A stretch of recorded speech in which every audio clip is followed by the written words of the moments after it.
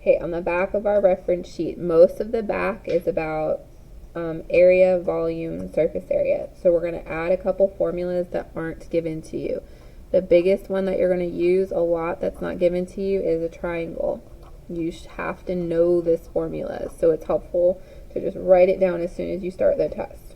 Okay, triangle is 1/2 times BH. Okay, parallelogram. I think it's helpful if you just draw what that looks like. It could look like that.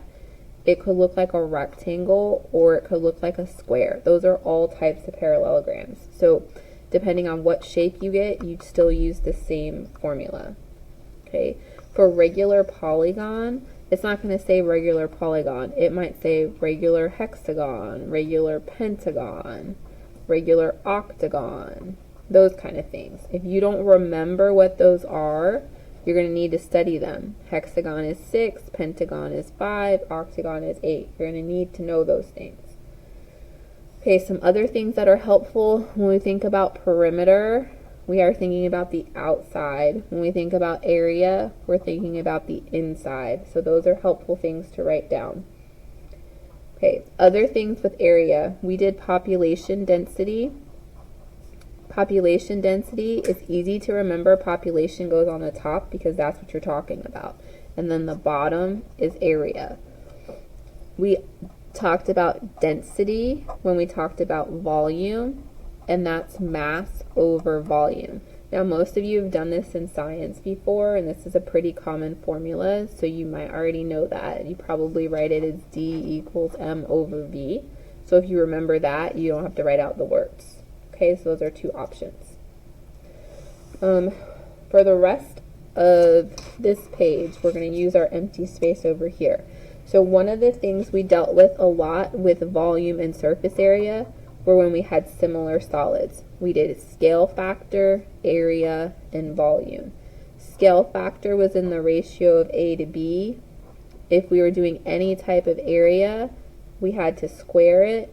And if we were doing any type of volume, we had to raise it to the third power. Okay, you're going to have to know those facts.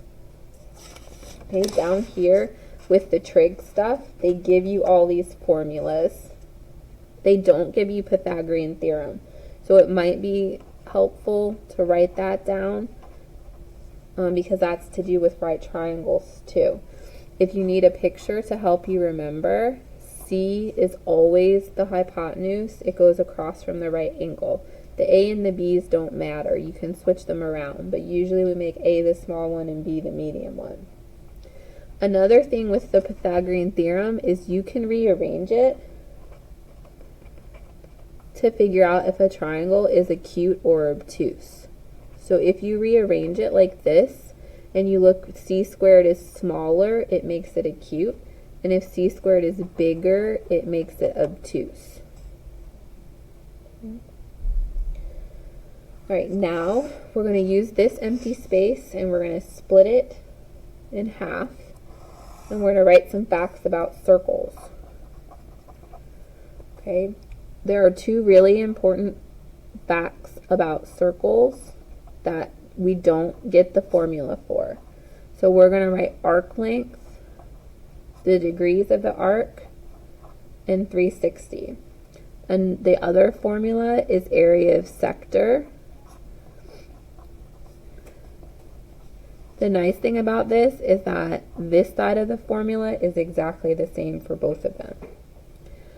We cannot fit every single thing to do with circles on this paper. So we're only going to put the really common things on here. When the angle is on the center of the circle, the angle is equal to the arc. And if the angle is on the circle like this, the angle is half the arc. Those are the two most common things you're going to deal with. Okay, there's lots of circle formulas, but those are the two most common. If you want to write more on your sheet, you can write more. Okay. This part we're going to write about transformations. Okay, so transformations, we compare original to new. The new one always has that prime mark on it. If it's one transformation, it's one apostrophe. If it's two transformations, they put two apostrophes. Okay, so some things that we do. The easy one is our translate. That's our slide. Oops, slide. Okay, that's when we go X, Y, and we add something or subtract something from X and Y. Okay, sometimes we wrote it as a vector with these weird pointy things, and we didn't write the X and Y there. Okay. Another thing we did was we did reflections. Okay, when we did reflections, we flipped stuff. Okay, if you flip something over the line y equals x, that rule said you switch the coordinates around. If you flip something over the line y equals negative x, that rule said you also have to make the signs change. So you flip them and you make the signs change. Okay, so this line looks like this. This line looks like this. Okay, when we rotate, these are the tough ones because there's a lot to remember. Those of you guys that just like to turn your paper, turn your paper. Don't mess with trying to memorize these rules. They're a pain to memorize. Okay, but if you like to memorize your rules because turning the paper makes no sense to you, then memorize the rules. Okay, we're going to write them all down. The easiest rule to memorize is the 180 because all you're doing is changing the signs.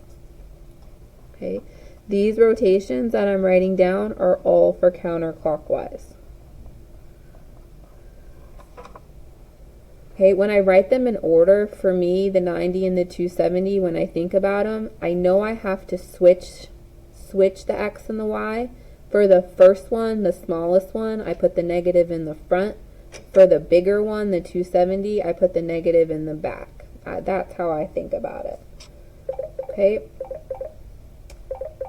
And then the last one, it's going to be a dilation. Dilation is when you multiply stuff. Okay, you're either going to make it bigger or smaller. Okay, that's when you have a number called a scale factor that you put inside with the X and the Y, and usually they use K for that number. Okay, if that number is something bigger than 1, it makes it bigger. If it's a fraction, it makes it smaller. Okay, so out of all these things, for transformations, the translations, the reflections, and the rotations all stay congruent. That means they're exact same size. For our dilations, they are similar. They're not congruent. So you might want to add that symbol in there. Okay, then we have a little bit of empty space left at the top for a few more formulas. Okay, one more thing with triangles, we're going to talk about mid-segments. Mid-segments connect the middles. I'm going to call this M and this B because that's the mid-segment, that's the base. The mid-segment is half of the base. Okay, we also have a mid-segment of a trapezoid. So if I have a mid-segment of a trapezoid, this is my mid-segment, but I have 2 bases. So very similar, we just have to take half of both of them. Okay. And then one other thing, I'm going to have you draw a trapezoid. When you have a trapezoid, these sides are parallel. I'm going to put TRAP in here. It's important to memorize that these angles add up to 180. Okay, for every trapezoid.